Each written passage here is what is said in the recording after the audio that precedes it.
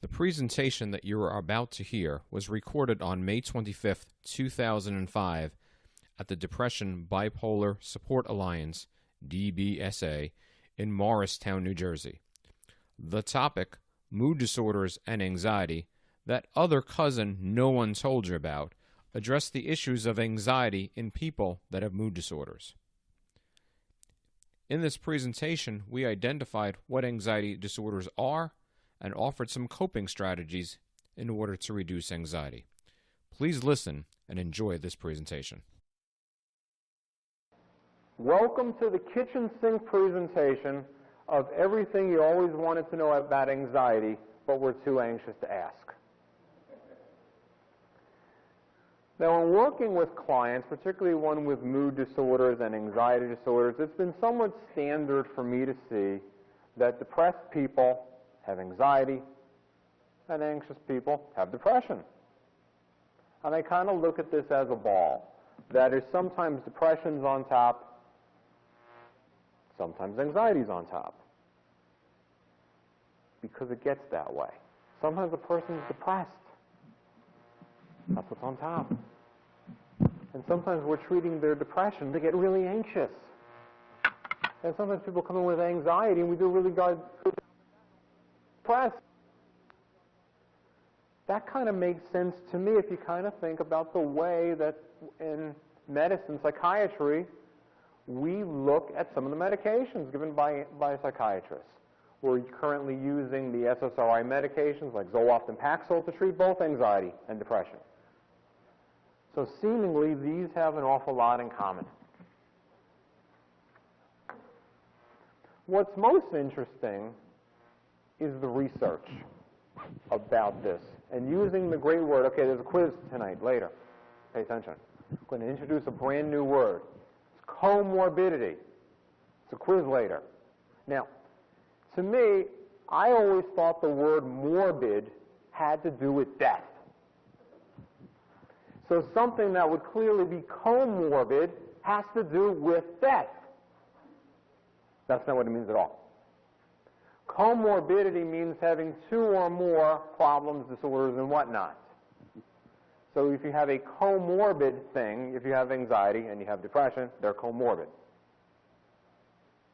What do I know? It's not about death. But if you have these two things, it might feel that way. So let me tell you about a little of the research that I discovered. 1/2 of people with a primary diagnosis of major depression also have an anxiety disorder. 1/2. Big number. A study of the National Institute of Mental Health involved 203 families. In this study group, 90% of the people in this group diagnosed with panic disorder also had a mood disorder. That's huge. Thirdly, in a study of primary care physicians, they found the odds of having suicidal ideation of people with major depression was 5 times greater than general population. However, if you had panic disorder and depression, that number was 15 times greater than general. These are staggering numbers and make a whole lot of sense in terms of what I see in my office. And I think the most important thing to underscore here is that cousin thing that we talked about earlier. That if you have a mood disorder, there's a real good chance you have anxiety, and it's a real good chance that it's an anxiety disorder. Make sense? We good? Good. Good. All of this raises the obvious issue. What's anxiety? And what's the difference between anxiety and an anxiety disorder? We don't have anybody that knows this, right? Good, because neither do I. All right. Here's the good news. We all have anxiety. If not, we'd be dead. It's a very human emotion, ranging from good, healthy anticipatory anxiety, for example, getting married, playing a sporting event. My favorite people for sporting events, athletes are in the bathroom throwing their guts out. That's good. We like that. To the uncomfortable but healthy going for the job interview. Hopefully that's not you in the bathroom before the job interview doing the same thing with the athlete. It's very uncomfortable. We don't like it. But real healthy. Now, here's my take on this. Anxiety goes all the way back to the caveman days. Because back then, it was fight or flight. Big old dinosaur comes into your cave. You're either fighting it off or you're running like hell. This was survival. Anxiety is fight or flight. We need anxiety to improve our tasks, keep us motivated towards change and growth. All good, necessary, healthy stuff, right? Good. This is the good stuff. However, here's what I think might have happened. I wasn't there. My best guess. Got the caveman. He's saying out loud, sitting over in the corner. He says, what if the dinosaur comes into my cave? What if he breaks my windows? What if he breaks my furniture? What if he breaks all my food? What if he steals my TV? What if the place is a mess? And those nasty, nasty, nasty 2 words, what if, were born. I wasn't there. This is just my guess. Now, the what if words, they just drive anxiety. They create anticipation. They create future thinking. They create the out of control. They create negativity. Nobody ever says, what if I win the lottery? What if I played for the Yankees? What if I were president? Okay, hang on for a second. Maybe that's one of those negative anxiety things. Hang on for a second, president. But no one ever says the positive things. They always look in the future and always get futuristic and always look at negatives. What if the roof falls in? What if I trip downstairs? What if I break my arm? What if I get into a car accident? What if it rains and I can't get here tonight? Okay, those are only some of my thoughts. I don't want to share too much. The theory that I subscribe to is kind of like an equation. That is, what you do is equal to what you think plus what you feel. So what you think plus what you feel is equal to what you do. Okay. So, if I am anxious and my thinking is what if, right, that's my thought, my feeling now is anxiety, what am I likely to do? If I have what if thinking, I have anxiety, what am I going to do?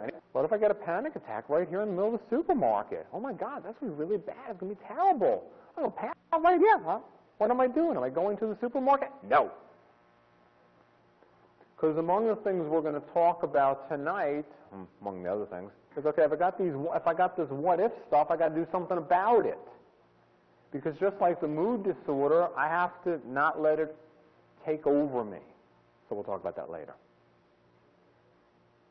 So the nasty, nasty what if, 2 words, 6 letters. They're dangerous, powerful, potent, and keep me good and stuck. Now, if people continue to have anxiety, this can develop into what we call an anxiety disorder. Now, in your handouts, which you have, hopefully, there is the brief overview of anxiety disorders. I think you got that. Courtesy of the Anxiety Disorders Association of America, they have given us permission to use their handout. Very nice people. They've identified for us that there are 6 particular categories for anxiety disorders. They range from the generalized anxiety disorder to the obsessive-compulsive disorder to the panic disorder, post-traumatic stress disorder, social anxiety, and specific phobias. Now, if we go back to the idea that we have the mood disorder plus this stuff, this is a lot of stuff. Because all of these, as you can see, have different effects. They have different ways that make it really difficult for a person to handle day-to-day activities. A person with generalized anxiety disorder, they're nervous, they're anxious a lot of the time. That's a 24/7 version of it. I got it most of the time. In the obsessive-compulsive disorder, I don't know if any of you have seen the movie As Good as It Gets with Jack Nicholson. The greatest example of OCD that I know. Jack has his ritualistic way that he organizes his life. He has his own table, his own silverware. He's got his very specific door locking mechanism. Can't describe it any better than that. Panic disorder, very common. Lots of versions of that.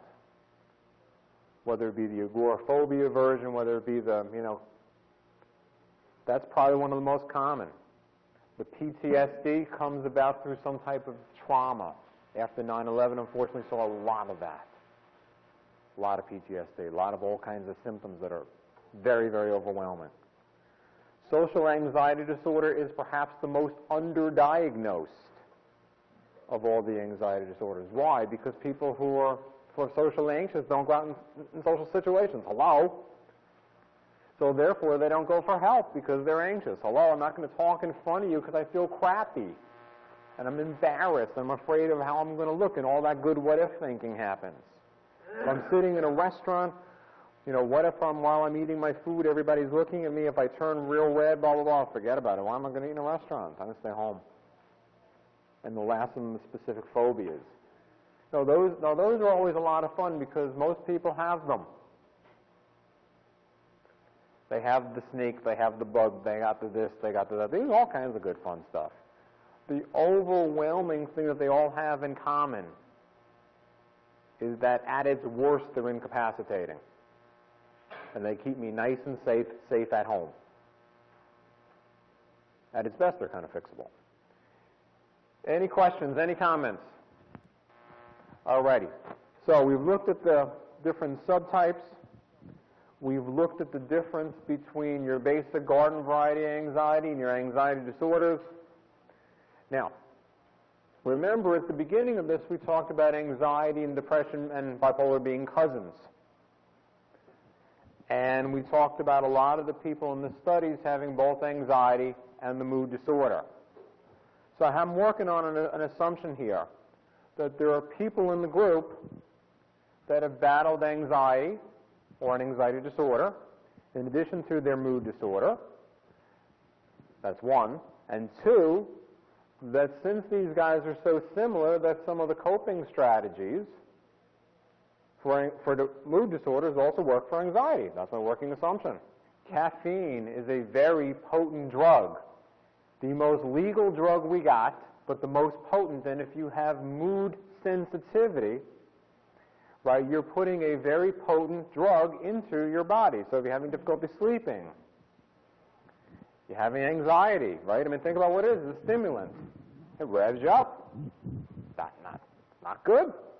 Perfect. So exercise, reducing caffeine. Here's the thing. It's the effect. Right, again, take it back through. If we all have anxiety, that's good. We don't want in bad shape. So it's normal for a mother to worry about her son. It's normal for a person, if they have a particular kind of job, to be obsessive about what they do. To some extent, we want certain people to be obsessive about their work. I want my neurosurgeon to be obsessive-compulsive. That's a requirement.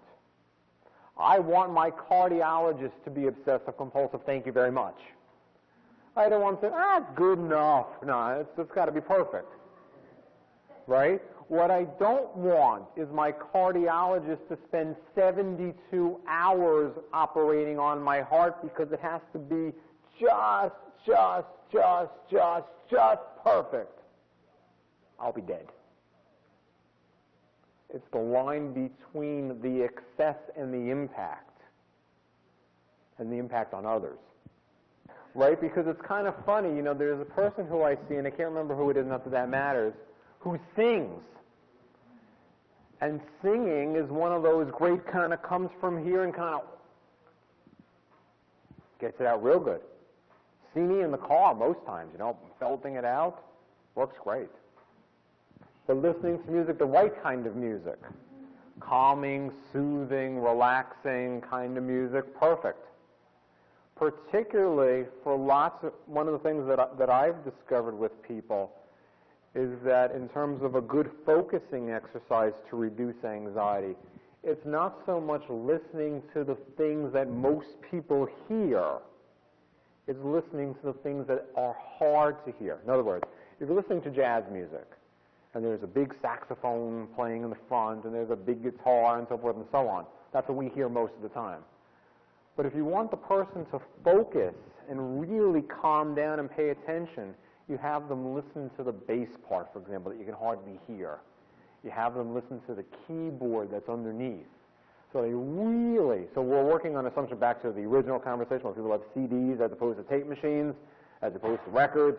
We're at higher technology, CD, where we can really pay attention and say, let me close my eyes and really think about that bass part. What does that sound like? What is that keyboard really sounding like? And by doing that, what I'm doing is allowing myself to focus and calm down and really breathe through. Let's go back to the gentleman in the back's question about the difference between anxiety and anxiety disorder. Right? There are lots of people who have the hoarding, hanging on to stuff. You know, in the good old days, we had a nice word for them that was very non-pathological. They were, I just blanked on the word. Somebody help me. Yeah, better than that. Pack rats, thank you, yes. They're very nice. It was a very non-pathological word. It's pack rats. You know, and I don't know what that means, but it was very non-pathological. You know, now we've kind of made it very pathological and say that it's hoarding. And again, it's the degree. Lots of people like to save things. If I have some memory difficulties, I need to save things. So this is my way of organizing the world. It's my way of organizing myself. But on the pathological, on the problem side of things, when it starts to build up and it starts to interfere with my way of my daily life, my daily environment, there are people that I've seen that have piles of newspapers.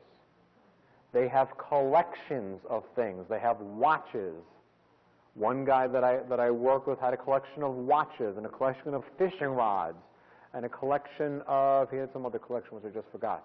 Just collections of things. Again, here's that good what-if thinking. When I spoke with the guy, because I don't know anything about fishing, I said to him, what is the norm that the best fishermen in the world would have? How many fishing rods would they have? I don't know this. I asked him. He said 5. He had 60. Because his fear, knives also, he also had hunting guy. So I said, well, what do you do? Well, my fear is that if I'm out on the boat, my rod is going to break, and then what am I going to do? And so every time he got the fear, he bought another fishing rod. So he had this exorbitant collection of fishing rods and knives and watches. We'd figured out the watches were the same thing. That, you know, what if one of my watches break and it doesn't work anymore, and what will I do? I won't be able to tell time. We figured out that he could wear a different watch every day for the next 5 years and not repeat it, once a week. And he wouldn't repeat it. He had that many watches. So the need to hold on to and the fear of letting it go is what makes the hoarding so intense. Because the fear, it goes to the what if. What if, you know, I have this thing that I really need and I won't have it? So I hang on to it. Because I just might need it. Just might. The reality, here's the side part of anxiety, right? There's the fear, then there's the reality. The chances are pretty good. I'm not going to need it. But I'm afraid that I will. And there's also something to be said for that completion of something.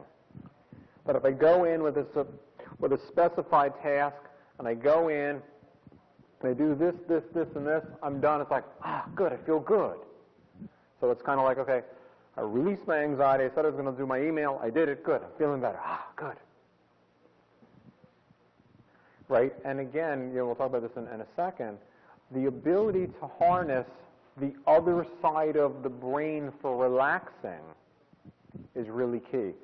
What I mean by that, we have the left brain, which is to do all those nice concrete tasks that we do, writing and adding and checkbook writing and that kind of. The other side of the brain, the right side, the more creative, the music, the art, the relaxing.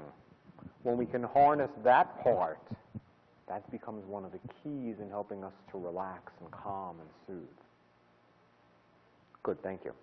All right, if you look at the first page of the handout is a little grid sheet, which is from the Anxiety and Phobia Workbook. And the reason that I copied this is it's a nice little cookbook. And I like cookbooks. So you can kind of look at, on the left part of the grid, the problem, if you will. And on the rotating side, you can look at the techniques. And you will note, although it's not all that apparent, there are smaller X's and bigger X's. The bigger X's are the things that are the most recommended. These smaller ones are working, but the bigger X's are the more recommended.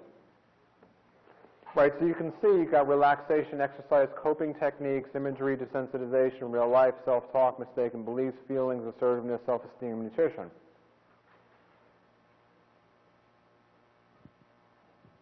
And the only one that probably is worth noting, because it's not obvious, which is the imagery desensitization, the real life desensitization. Let me just cover that for a second so we can get on the same page. We'll do phobias. Phobias are good. If I have a snake phobia, and I'm going to do some real life desensitization is a process of helping the person get more comfortable with the thing. So I have a snake phobia, right? Here's what we do. We create what we call a hierarchy from 0 to 10. And at 0 is the easiest thing. So for someone with a snake phobia, I might look at National Geographic and see a picture of a snake. Okay, I can do that one. And if I get particularly anxious about that, I might do a little breathing and look at the picture of National Geographic. Okay, no problem. Next thing I might do is I might go to the zoo. And I might look behind the cage at the snake. And I might go in there, do some breathing. I might use a little self-talk here. Okay, it's behind the cage, no big deal. It can't bite me. I won't die. It's okay. I'll live. Good, no problem. Breathe through. Good, it's behind there. Good, I'm safe. No problem. Good. The next thing I might have to do is, let's see, what else would I need to do that would be pretty safe? I don't know, go to some exhibit where they're still pretty well behind glass. I can, there might be a little hole there. I can kind of poke my fingers in and kind of, but it still looks pretty safe. And I'm going to feel a little more anxious about that, but okay, I can handle this one too. But now the next one, I got to touch one of these rascals.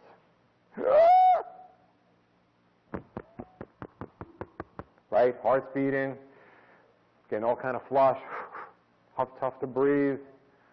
Palms are getting sweaty. Got to do some breathing, some meditation. Got to find some calm music. Okay, this is okay. It's a safe environment. What are the chances I'm going to die here? Probably not very good. I can handle this. No big deal. Okay, I'll touch it. Go back. Okay, I'm safe. Good, I did it. And one by one, we go up from the easiest to the hardest. That's what desensitization is. That's real life. Sometimes we don't get a chance to do them in real life. We don't, snakes are kind of concrete. If I was involved in an accident of some kind and I couldn't go to a specific place, I'm going to have to do it in my mind. Well, yes, there are, as we were talking earlier, I think about doctors being somewhat the same, be it psychiatrists or, orthopedic. I mean, there are some good ones, better ones, worse ones, best ones. In answer to your specific question, if desensitization has been such a scary thing, it wouldn't be a strategy I would use. I'd use all the rest of them and not that one. and I'd probably do something to kind of help give you some more confidence and maybe change the way that you look at it. For example, I might have you examine the number of times that you drove a car successfully without accidents and say, okay, what's the percentage of time that you've driven and been in an accident? And we might look at the percentages, because again, the fear, that the fear number, the real number, is like 1, 2, 3, that's a real small number. Right. But the reality, if we look at the numbers, the reality of that is pretty minuscule. It feels like it's like this, but here's the reality. So we might do some focusing on, what are the chances here that this would happen, and kind of do it in a different way. That's something I would do. Good point. Reality, right? It's one time out of thousands, but it's one. And it's a huge one. Right. So again, we have the real fear, and we have the imagined fear. The person with the snake, right? I mean, they're afraid, it's imagined. The chances is this much, but when something real happens, it's like this. What I say all the time is that you have fear based in fear, and you have fear based in fact. You have a fear based in fact. Most people have fear based in fear. And I think that's also another line of how we can break it down. Your fear is based in fact. Most people have fears based in fear, because when you ask them, has anything bad happened? For example, let's do the other obvious thing. Lots of people have fear of flying, for example. And so you ask people, before September 11th, did you have a fear of flying? Most of the time the answer to that question is yes. Okay, so this is not a fear based in a factual thing. This is a fear based in fear. And when you start asking people, what are you afraid will happen? Well, the obvious answer is crash. But beyond that, you start saying, okay, well, when are you okay with this? The last person I had this conversation with, he said, I'm really good in the plane when I can look out the window and I can see the ground below me, and I can see the houses and the baseball fields and all that. But when we hit 30,000 feet, that's when I freak out, because there's no bottom. Now, the fact of the matter is, fear. Okay, let's do reality. If this plane crashes when I can see the houses and the baseball field, it's not going to be a whole lot different than when I'm 30,000 feet in the air, scientifically speaking. But for him, if I can see the ground, it's okay. Right. So it's the fear based in fear, and then we start stepping back from that and start to look at it and say, And the word that we start to begin to use is the word irrational thinking, which what-if thinking is part of that irrational thinking. And so, because when you start to help the person to look at this and study it and start to examine it, you begin to say, wait a second, this is pretty whacked. This makes no sense logically. It feels like it makes sense, but it doesn't make sense. If the plane crashes some, whatever that is, 1,000 feet off the ground, I'm going to die. I'm still going to die at 30,000 feet, too. It's the same. But it feels somehow safer. It's illogical. It's irrational. Alrighty. Which is the coping strategies for anxiety problems, which I put up on my website because I use this stuff all the time. I said, let me just put it up. It looks a little nicer. It's in a prettier color. And added a few more. So as you can see, coping strategies for anxiety problems.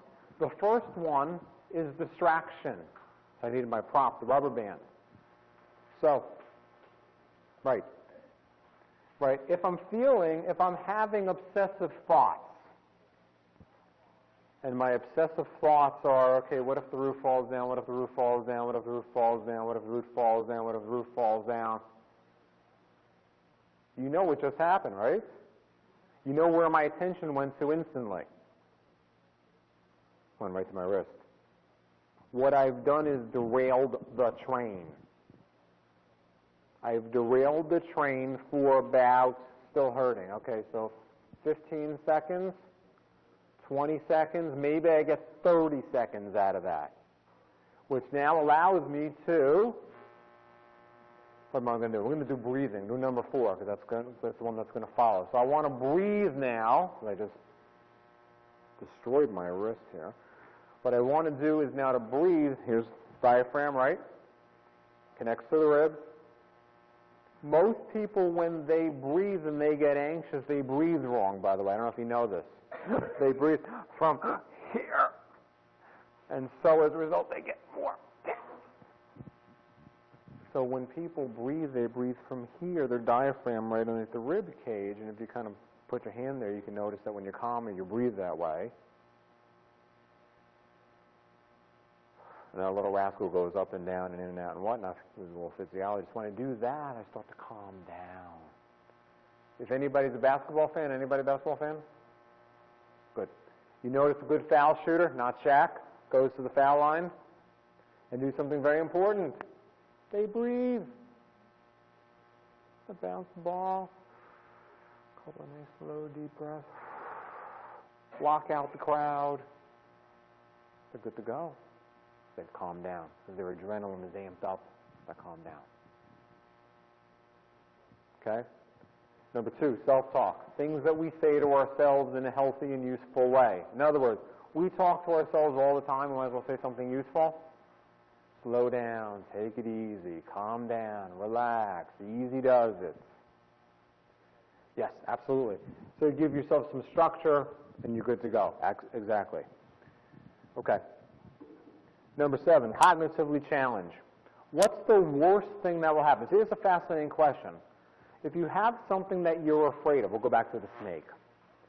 Okay? What's the absolute worst thing that will happen if you run into the snake? I'll get bit. Okay.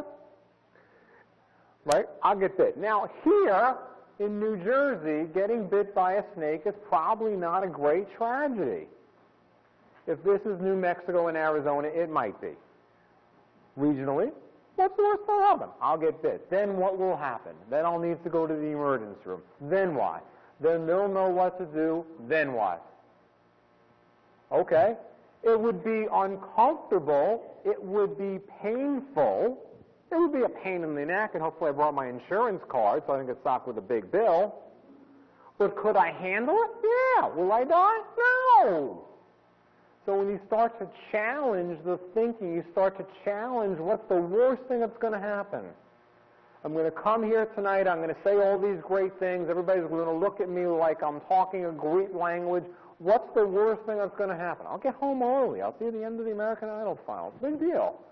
Will I handle it? Yeah, Bo's going to win anyway. It doesn't matter. Will I die from him? Probably not. He's going to win. I don't like the guy. It's okay. Right? So I start to challenge the thinking. Next one. Hobby, skills, exercise, arts, journaling, reading. Yes. Exactly. Yes. Number 9. Avoid quick fixes. Addictive behaviors to solve immediate anxiety. This is perfect, right? I don't feel good. What do? Give me a drink. 1's good. 2's better. 5's best. Great. I'm feeling really anxious. I think I'll go to the mall and go shopping. Plastic here, plastic here, plastic here. Well, I don't feel anxious anymore. I got a bill I can't pay, but I don't feel anxious. Quick fix. Use one day at a time to reduce the anticipation. Right, we're just doing it today. I don't got to worry about doing it for the rest of my life. This is uncomfortable. It's a pain in the neck. I have anxiety. I'm just going to do it today. Go to the next one. Focusing on right here, right now. The sign at the mall says you are here. It doesn't say you are there. It says you are here. One of them is not there, leads to the next one. If I'm flying and I'm taking a flight, what I need to do is to break it down into pieces. Okay, there's a takeoff, there's a landing, There's the flight. How long is that going to take? What am I going to do for the first 20 minutes, the second 20 minutes, the third 20 minutes? Okay, 20 is too big.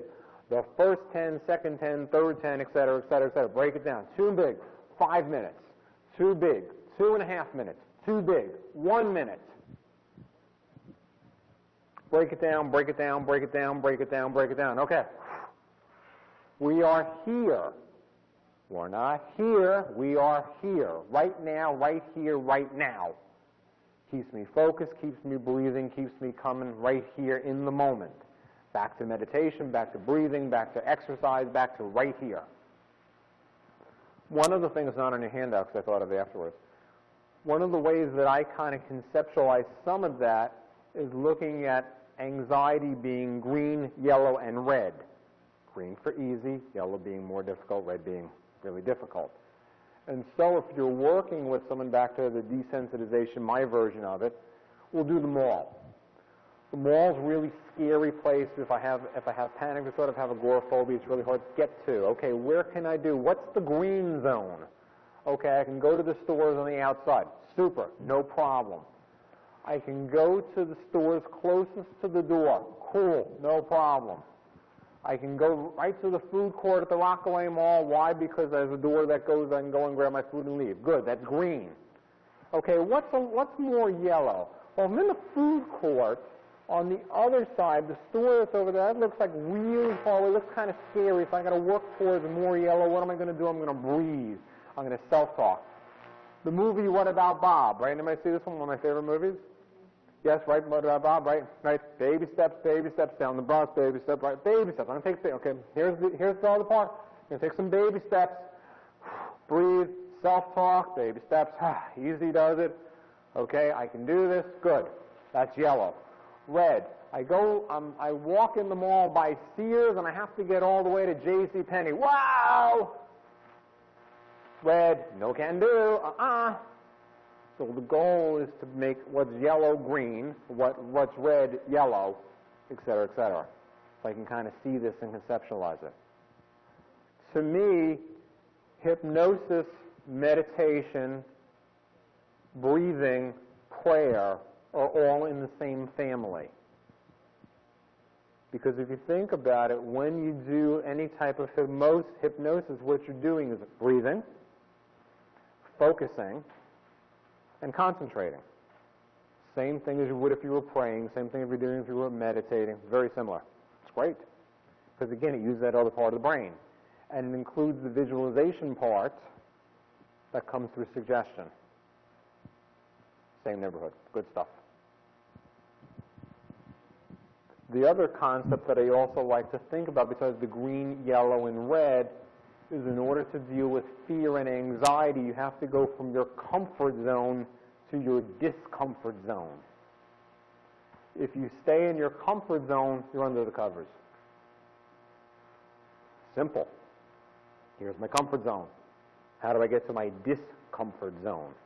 Which then, once I start doing something, becomes my comfort zone. Which then goes to the other part. Okay, I got to get to here. Got to get to here. So my comfort zone gets bigger as my discomfort zone gets hopefully smaller. Similar to green, yellow, and red, just another way to look at it. Well, clearly one of the things that makes the most sense is the doctor would have to examine the medications to see what they're doing to the anxiety. In other words, if the medications are here and the anxiety is here, we have a problem. So we've got to get those medications in line with the anxiety, because no matter what we do, if it's an anxiety disorder, like the song goes, you can't touch it. But let's assume we got the medications in line. A lot of those coping strategies, we would do them. Because clearly, one of the things that I would do would be to challenge you, if I were challenging you, is, okay, what's going to happen? Let's identify what's going to happen if you throw this out. And I would probably, because I'm a little wacky, probably ask you to throw it out. And I'd ask you to take copious notes, and I probably wouldn't ask you to throw it out, because I think you'd be too scared to do that. I'd probably ask you to give it to a trusted friend who would give it back to you if you shot them or something, so you knew you could get it back, help them at gunpoint or whatever. And so I would probably say to you, okay, well, why don't you give it to your trusted friend, and, you could always get it back, so you know that you're not really giving it away. And we would examine what would happen. And we'd go from there because it's data that we don't have. The data we have is I hang on to this because I fear that if I get rid of it, something really, really, really, really, really, really, really bad is going to happen. If letting go of it occurs smallly, right, very small, we find out what happens. We don't have that data. That data doesn't exist. So we do some science. And gradually, the story of the guy with the fishing rods, and by the time we were done doing what we needed to do, he had a handful of fishing rods, handful of knives, handful of watches. He was giving it all away. His wife was thrilled. He had a garage, probably to the other side of obsessive compulsive. You could probably eat off his garage floor. I mean, it was so clean. That's probably true. I tend to believe that. But, I mean, it was all gone because he had kind of gotten on the other side of it. Remember the ball goes like this? He'd gotten on the other side of it and kind of said, okay, what's the worst thing that's going to happen? What's the worst thing that's going to happen if he's fishing and his fishing rod breaks? Nothing. He won't be fishing. What's the likelihood, because I don't know this, I asked, what's the likelihood of the fishing rod breaking? Not really. They're pretty well made, good for it. It's not going to happen. So we challenged it. He went out there. A funny thing happened. His fish, he went out with the camping. He went out camping. His knife broke. The thing that he feared the most happened. His knife broke. He had another one. He was caught. He had 2. Crew was good. Didn't need 20. Chances of 2 breaking, not good. He had his backup. He was good.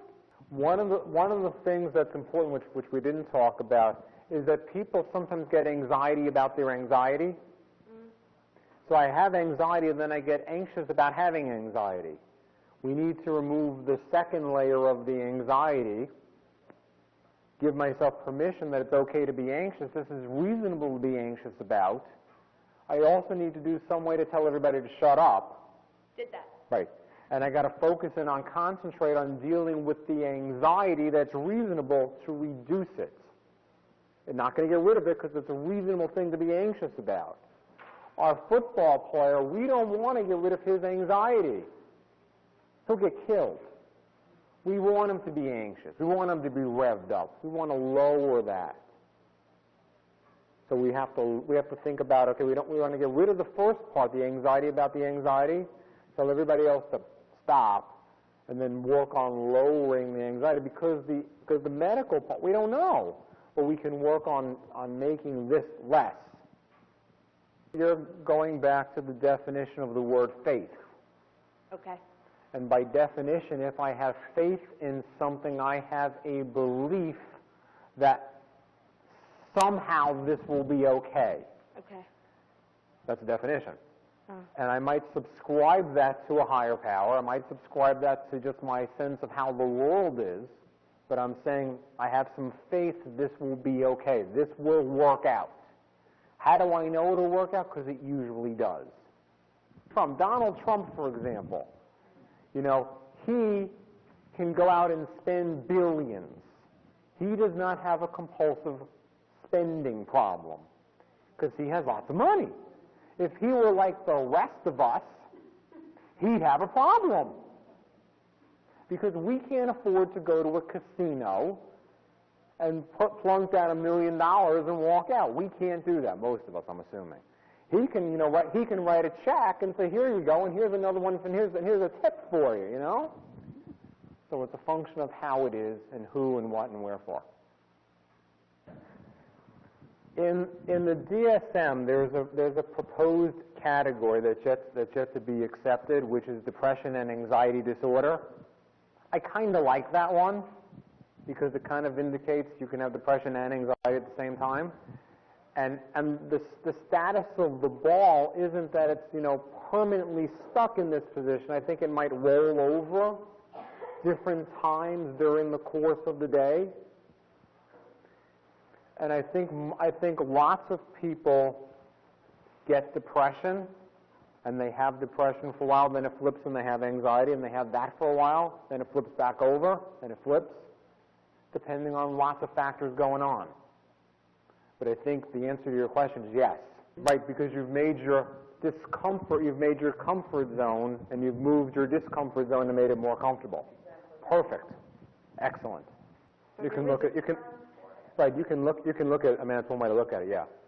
Right, but I think, see, and see, the other thing that I think about is kind of, you know, and I may go back to Jim's question is, you know, it's kind of to me like, what's running the show here? And I guess what I mean by that is that, you know, sometimes anxiety kind of runs it.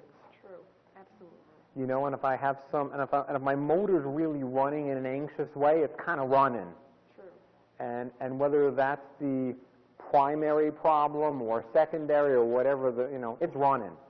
And until I do something to slow that motor down, I think, you know, and how that comes out, then the problem resides within you to reduce your anxiety. I accept that, but Regardless, what do you do? but regardless of what the trigger is, it resides within you. Mm-hmm. Right? So you Right. need to use the strategies, breathing, meditating, exercising. You have to reduce it. And then once you have it lowered, then you can engage your brain and start to figure out, why is this going on like this?